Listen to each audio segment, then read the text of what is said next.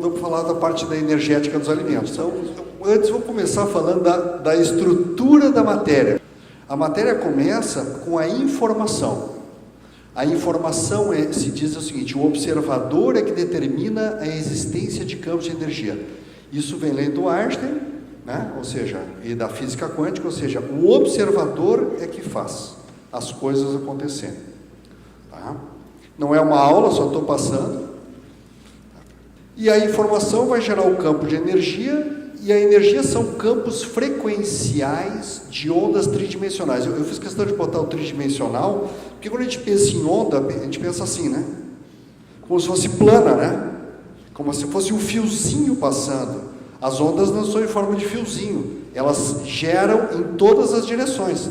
Então, na antena lá do rádio, não sai um fiozinho, né? Na antena do rádio sai para todas as direções, como se fosse uma esfera crescente. Tá? Eu procurei a imagem, mas não tinha, mas são esferas, como se fosse uma onda. Mais próximo seria quando você joga uma pedrinha na água, né? Faz aquela ondinha assim para todos os lados. Agora imagine isso em todas as direções possíveis, tá? 360 graus. E eu botei então o cinturão de Van Allen do planeta, tem a forma toroidal, né?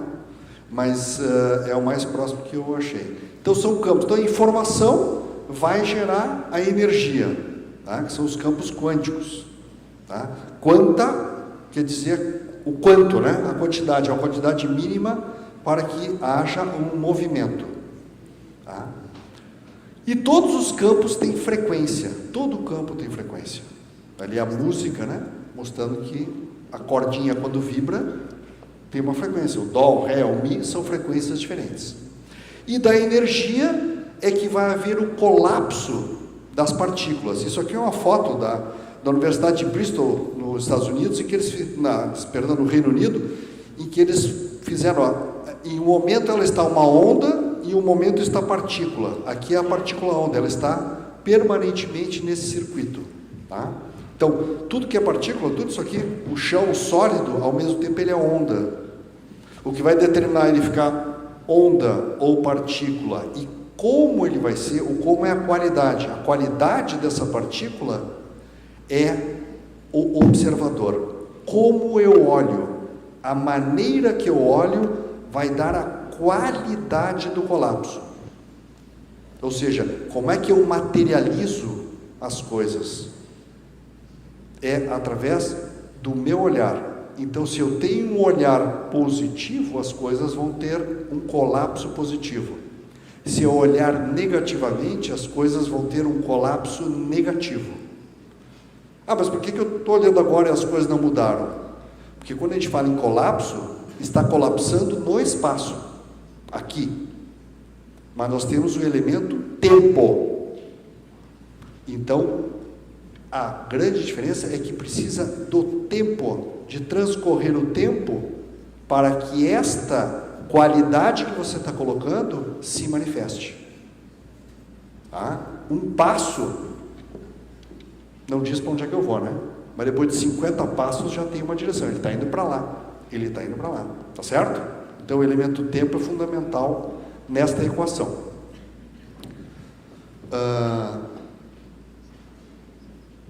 Então, qual é a primeira conclusão? Que a vida é movimento. A vida é movimento. Conforme as coisas vão acontecendo, vai se movendo aquelas ondas, a onda tridimensional, que colapsa ou não colapsa, então ela é movimento. Então, para que haja vida, é necessário que haja movimento. O átomo, ele vibra, o elétron gira em volta do núcleo, ou seja, você tem movimento. Com o movimento, você tem vida. Então, todo movimento tem uma frequência, essa é a característica. Então, você tem vida, mas pelo movimento, mas cada movimento vai formar as diferentes formas de vida, de existências. Aqui são várias formas, tá? Não vamos entrar nisso porque eu não vou entrar em detalhe. E a estrutura orgânica, que é o nosso tema, ela também tem frequência. Você vê que tem semelhanças ali em cima, ó, as células neurológicas e a estrutura do universo.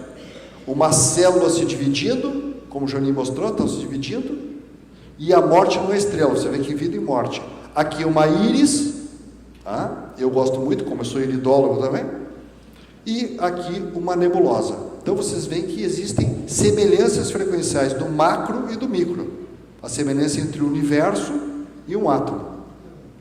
Mas toda a estrutura orgânica tem frequência. Aqui são frequências e notas dos órgãos.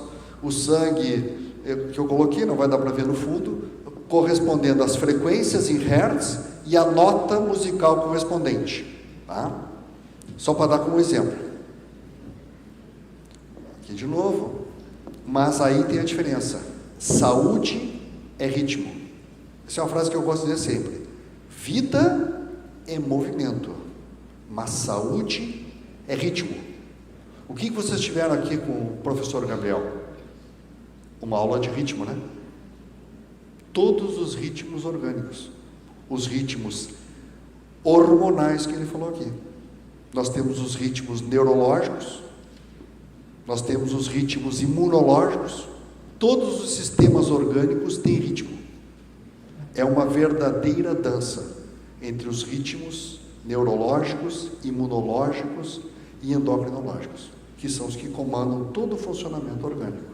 E as próprias células têm ritmo, a matriz extracelular tem ritmo, que é o tecido onde as células vivem, ou seja, o organismo é uma grande orquestra sinfônica, que depende do maestro, obviamente, né? Orquestra sinfônica, o maestro é que leva a orquestra sinfônica. Aqui exemplos, olhem o ritmo da respiração, o ritmo do coração, o ritmo da pressão sanguínea. Então vocês veem que nós temos ritmos orgânicos.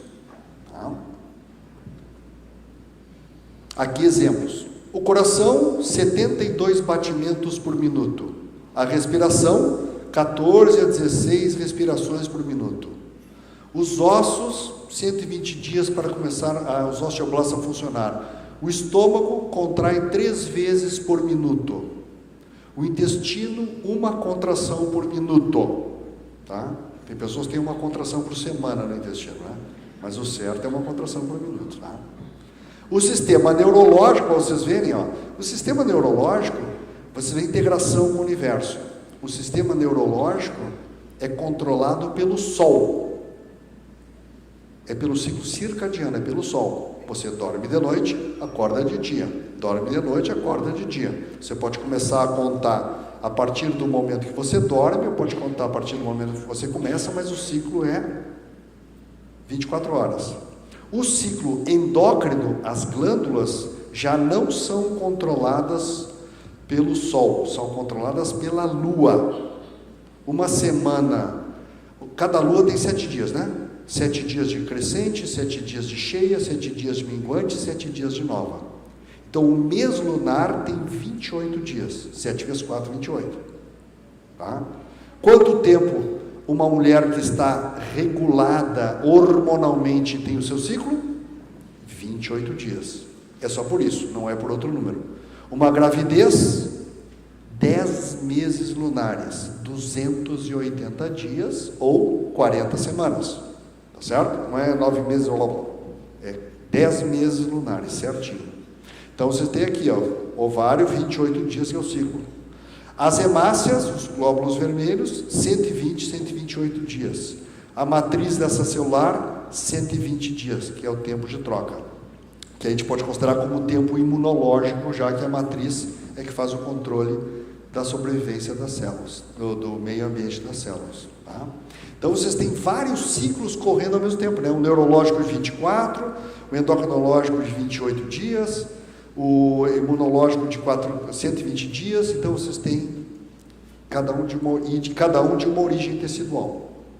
Ectoderma, mesoderma, endoderma. Então vocês veem que tem bastante coisa para estudar e bastante assunto interessante para aprender, para você olhar no paciente e ver o que está acontecendo de errado com ele. E como que acontece nos nutrientes? Chegando nos nutrientes. Eu vou usar, tem duas maneiras, não existe um aparelho específico de medir a frequência, né?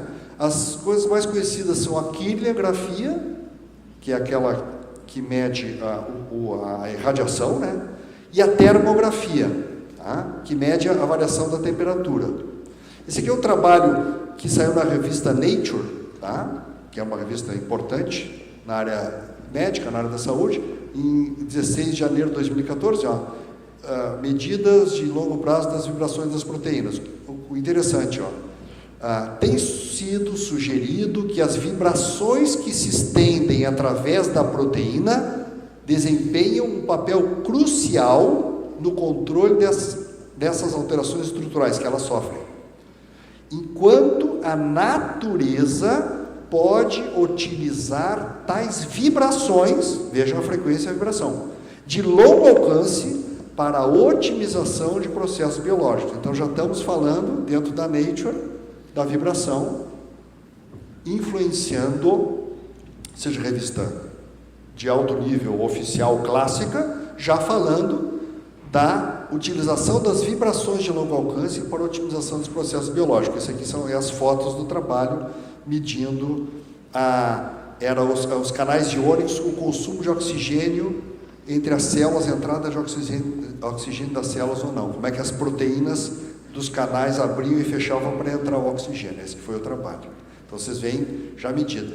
A indústria, errei ali, a indústria alimentícia usa a termografia.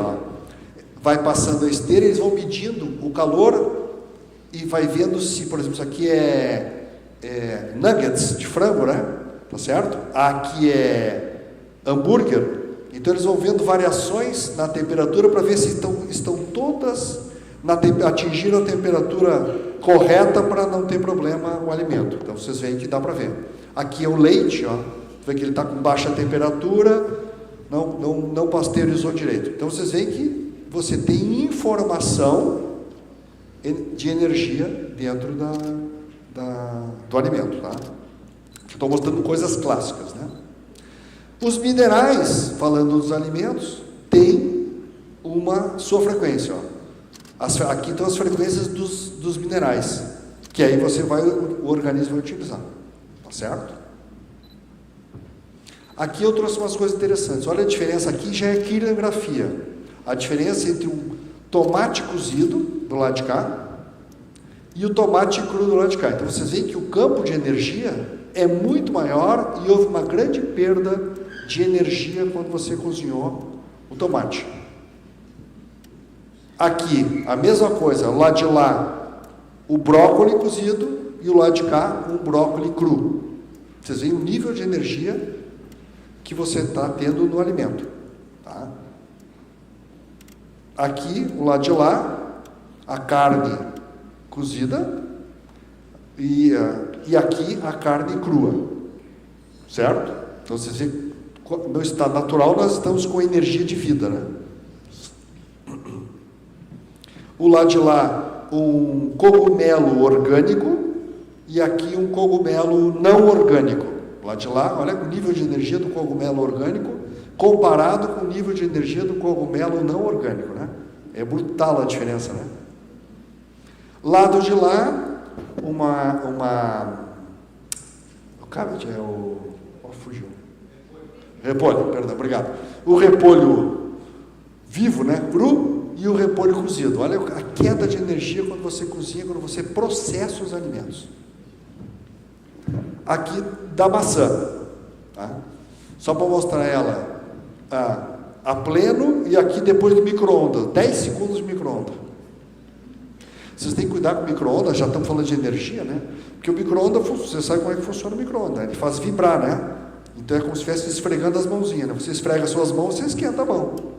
Então ele faz vibrar todos os elementos e eles se esfregam um no outro e se aquecem. Por isso que perde a temperatura rápido também, né? Eu esquento a mão e perde a temperatura da mão rapidamente. Então a comida vibra para todas as moléculas se esfregarem e esquentarem. Obviamente na vibração, as estruturas mais sensíveis vão quebrar. Então as vitaminas quebram. Os elementos básicos, como minerais, não vai acontecer nada. Mas as estruturas complexas principalmente vitaminas, que são fundamentais como catalisador de reação química, vão quebrar. Você vai perder todo o complexo vitamínico. Tá? E várias estruturas no micro-ondas. O lado de cá, o milho orgânico cru, e lá o milho já cozido. Tá? O lado de cá, uma cenoura crua, e o lado de lá, uma cenoura cozida. Então vocês veem como muda a energia, né? Tá? Broto de ervilha com cultivo orgânico do lado de lá e o broto de ervilha não orgânico do lado de cá.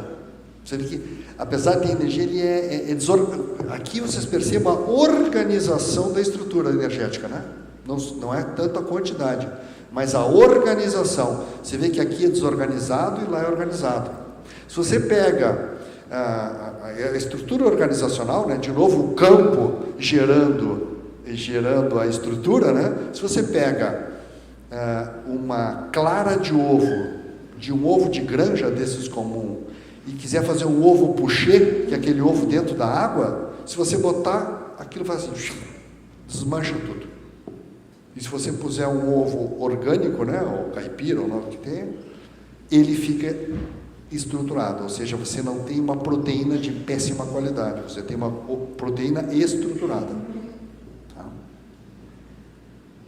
Então, os alimentos, qual é a conclusão, né? Os alimentos devem preferencialmente ser orgânicos, da estação. Por que eu falo da estação, né? Porque hoje tem comida, tem o ano inteiro tem tudo, né? Isso significa que ele foi conservado lá não sei aonde, passou por um processo não sei o que, para chegar aqui fora de época, né? Tá certo? E o menos processado possível, tá? Eu não sou crudivorista, né? Que é comida crua, né? Mas, vamos dizer assim, quanto mais próximo do não processamento, melhor. Tá bom? Ponto para nós que como gostamos de carne mal passada, né? No churrasco. Né? Quanto mais mal passado, melhor, tá? Porque está menos processada. Vocês viram a diferença na carne lá cozida ou não. Outro significado. Então o significado é esse. Eu quero falar mais um pouquinho de outra maneira da gente enxergar a energia dos alimentos. Essa aqui foi a maneira direta, né? De olhar o alimento, tá? Vamos olhar de outra maneira. O organismo precisa de estrutura para existir. Se eu não tiver meu corpo, não adianta nada, tá? Mas o organismo precisa de energia para funcionar. Se eu não tiver energia, não funciona. E é assim que o nosso organismo trabalha o tempo inteiro. Ou ele está gerando energia, ou está fazendo estrutura. Então, o organismo precisa de estrutura para existir. A estrutura básica do organismo, tem vários aspectos, mas eu escolhi esse. A estrutura básica do organismo depende muito da água e dos seus clusters. Eu escolhi a água primeiro porque nós somos 70% água. Tá? E a água é um alimento fundamental que a gente acaba não falando nela, né? Tá? Então, a informação faz a água aqui, então. Olha aqui. Esse aqui são os clusters d'água. Tá? Você sabe que a água, ela tem oxigênio e 2 hidrogênios, né? H2, 2 hidrogênios, oxigênio, que ficam numa estrutura lateralizada. Então, de um lado tem oxigênio e do outro lado fica o hidrogênio. Como o oxigênio tem carga negativa e o hidrogênio tem carga positiva, o positivo e o negativo se atraem, então eles vão se atraindo positivo com negativo e vão fazendo esses pacotes, que quer dizer cluster em inglês. E vai fazendo pacotes de vários clusters, de vários formatos, tá certo? Isso aqui é um exemplo, todo mundo conhece o trabalho do Masaru Emoto, né? Molécula de água exposta à energia do som da área para a corda em sol de Bach. Ou seja, ele colocou a informação na água, os clusters começaram a se modificar e entrar em ressonância com aquela música, aí ele congela a água naquele momento e bate a fotografia daquele cristal que se forma, né? Como se fosse um floquinho de neve, tá? Esse é o processo que ele faz. Ele bota a informação frequencial, congela e fotografa. Então, essa é a fotografia quando ele expôs a uma música de Bach. E desse lado aqui, quando ele pôs a mesma molécula ao som de rock heavy metal, esse foi o cluster de água que se formou. Nenhum, né? Totalmente destruído. Tá? Então, vocês verem que a informação que põe na água é fundamental. Vamos juntar com aquilo que eu falei no começo. A informação, o que eu penso, a informação que eu ponho na minha água, vai fazer com que ela assuma um determinado formato e estrutura. E isso, eu sou 70% da água, tá certo? Porque você, não, o osso eu posso pensar o que eu quiser que é devagar, mas a água não. A água não. Tá? Então, a frequência da estrutura orgânica, e aqui está a frequência dos órgãos, né? É influenciada pela frequência do ambiente. Então, se você mora na frente de uma antena de celular, né, ou de TV, tá certo? E você trabalha, tem uma coisa que tem hoje que são os eletrosmog. Smog é neblina, e eletroeletrônica. Então, a neblina eletrônica, o eletrosmog é um dos grandes problemas. Então, você tem a TV ligada no quarto, o celular do seu lado, o aparelho não sei do que, e fio por cima. Então, é muito complicado isso. Tá? Esse é um problema que a gente não tem. A gente, na medicina convencional, a visão toda é muito fortemente biológica, né? Fungo, vírus, bactérias e parasitas. Não tem no consultório do médico convencional as questões bioquímicas, né? Ou seja, não vai ver um médico convencional falar de isso pode ser um agrotóxico, isso pode ser um produto químico, pode ser um veneno, nunca vai falar disso, né? Sempre vai ser biológico, tá? Quando a gente fala, fazendo homeopatia, ortomolecular, essas áreas, falando de bioquímica, né? Agressão bioquímica, já parece que ele está fazendo uma coisa muito diferente.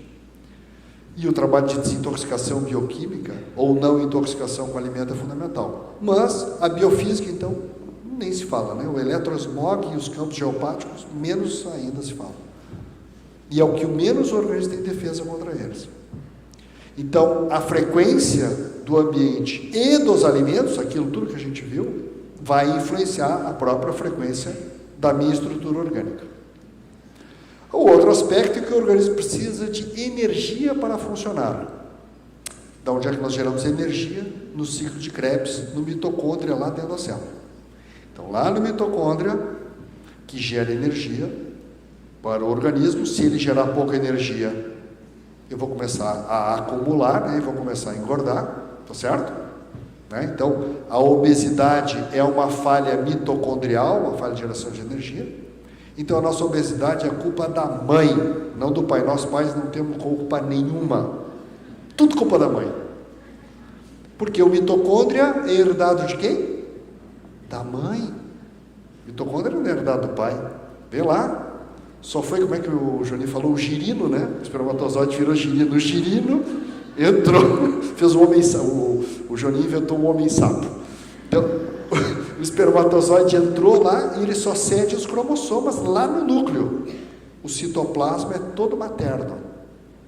Portanto, mitocôndria é materna. Então, falha mitocondrial é culpa da mãe. O Dalma depois vai desmentir tudo que eu estou falando aqui, mas eu já fui embora. Então, qual é a energia do corpo, né? Qual é a energia do corpo? Eu sempre faço essa pergunta na aula e geralmente todo mundo responde. A energia do corpo é o ATP, certo? A energia do corpo não é ATP. O nosso corpo não usa ATP como energia. ATP é a pilha onde é guardada a energia. A energia do corpo é isso aqui, ó. Elétrons. Nós somos consumidores de elétrons. Tanto que um dos nós, isso aqui é a membrana lá, ó. A cadeia de transporte de elétron é dentro da membrana interna do mitocôndrio. Essa aqui é a sequência de formação. Isso aqui é a membrana do mitocôndrio e a geração de energia. É chamada cadeia de transporte de elétrons. Então, vai usando a água, o açúcar, tal, vai queimando em 4 complexos e vai gerando energia. Qual é a energia? Elétron. Nós consumimos elétrons. Então, você tem um átomo, que você tem um núcleo, que é o próton, e a parte externa, que é o elétron. Tá? Quando eu consumo o elétron, o que sobra? O próton, né? Tá certo? Isso aqui é o próton, 3 quarks. Então, o básico é o hidrogênio que a gente usa como elemento básico, é o hidrogênio, tá? Ele está me acelerando lá. Então, se eu consumir o elétron, vai sobrar o próton, certo? Quando sobra o próton, é o chamado potencial de hidrogênio. O que é o potencial de hidrogênio? O quanto tem de próton sobrando. Quanto mais próton tiver sobrando, mais para cá eu venho. Isso aqui é chamado de acidez. Quanto menos próton, ou seja, quanto mais elétron eu tiver, mais alcalino. Então, acidez é porque você consumiu todos os elétrons, tá? E alcalino é quando tem bastante elétron. Por isso que a comida alcalina é melhor, porque ela está cheia de elétrons. E a ácida tem pouco elétrons. Por isso que nós somos geradores de acidez. Se eu consumo elétron, sobra próton. Portanto, eu fico ácido. Tá certo? Aquela brincadeirinha, né? O nenê tem aquele cheirinho alcalino. E a vovó tem aquele cheiro... A casa da vovó tem aquele cheiro ácido. Tá? É por causa disso. Então, nós temos vários tipos de alimento. Eu selecionei 7. Minerais, vitaminas, aminoácidos, ácidos graxos, carboidratos, água e ar. Água e ar, a gente nunca lembra, né? Ar é fundamental. Aliás, você fica 10 dias sem comer, né? Vários dias sem beber, experimenta fechar o nariz e a boca e ver quanto tempo você sobrevive. A gente esquece desse detalhe, tá certo? E para respirar bem, por isso que a apneia noturna é um problema, né? Na hora de regenerar o cérebro, você está sem oxigênio, que você faz a apneia noturna, então precisa ter a embocadura, conforme a doutora Lídia disse, só para vocês juntarem tudo, tá? A melatonina vai regenerar o cérebro e o hormônio do crescimento vai regenerar o resto.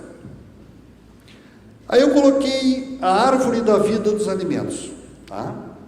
Então assim, porque eu separei em 3 partes. A primeira parte eu coloquei o odor, o sabor e a visão, porque são sistemas de avaliação do que eu vou comer. Gostei dessa comida, ai, que cheirosa, tem um cheiro bom essa comida aí, você bota na boca, que saborosa. Isso tudo é leitura energética do alimento, tá? Que quando eu olho, eu não estou tocando, né? No alimento, né? Eu estou vendo. Aí nós temos, eu separei em 2 grupos. O primeiro grupo, que é o oxigênio, a água e a vitamina. O oxigênio, pulou, porque ele vai fornecer energia. A água, porque é a base da estrutura. E as vitaminas, que são os catalisadores das reações químicas, tá? Vitamina engorda, doutor? Não, vitamina não engorda. Vitamina é catalisador de reação química. O que é catalisador? É aquilo que faz a reação química acontecer. Exemplo, eu pego arroz e água, se eu juntar não acontece nada. Se eu botar fogo, cozinha. O fogo é o catalisador, tá? E o catalisador não faz parte da estrutura, você não tem fogo no seu arroz cozido, né? Você só tem o arroz cozido. Então a vitamina não engorda, ao contrário, ela emagrece, porque se ela faz a reação química acontecer e a reação química acontece, eu vou engordar ou vou emagrecer? Emagrecer, né? Tá certo? Mas o que acontece? Como as reações químicas acontecem, o organismo pede mais elementos químicos para fazer mais reação química. Como é que o organismo avisa que precisa de mais elemento químico? Que vontade de zinco, cobre, magnésio. Não. Fome.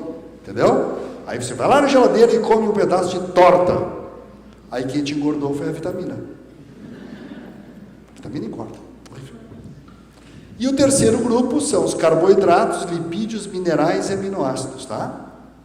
Que são os alimentos que dão energia e estrutura, né? Os carboidratos, que vão ser usados para gerar energia, os lipídios, que vão fazer as membranas, os minerais.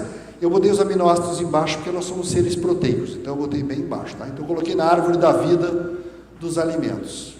Conclusão, o organismo precisa de nutrientes com energia para gerar estrutura e com energia para produzir energia. Os alimentos energéticos são os alimentos catabólicos, porque catabolismo é o processo de geração de energia. Eles são oxidantes, porque o processo de gerar energia é oxidação, eles geram energia e para gerar energia consomem estrutura. O cortisol, que o Dr. Gabriel falou, ele gera energia a partir de proteína, ele faz você consumir proteína, por isso que ele falou, né, no momento dele. Você, se tiver excesso de cortisol, você começa a perder estrutura, você começa a perder proteína. Se eu começo a consumir proteína, eu não consumo açúcar. O que o açúcar faz? Vira gordura. Tá? Os 5 alimentos principais são as vitaminas e oxigênio, coloquei em amarelo porque são os 2 catalisadores de reação química de formar energia, carboidrato, que é o que vai ser queimado, lipídio, que é o queimado, e aminoácido, que é o queimado. Esses são os alimentos para gerar energia. Só estou passando, não é um curso isso aqui, né?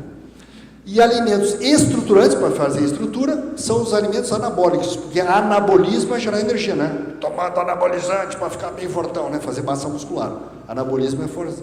Então eles são redutores, porque eles vão consumir o elétron para gerar energia, geram estrutura e consomem energia. Claro, você queima energia para gerar estrutura, porque você faz estrutura e queima e consome energia. Vitaminas de novo, aminoácidos, minerais, lipídios e carboidratos. São os alimentos estruturantes. Então, o balanço do que você quer fazer com o teu paciente é que depende.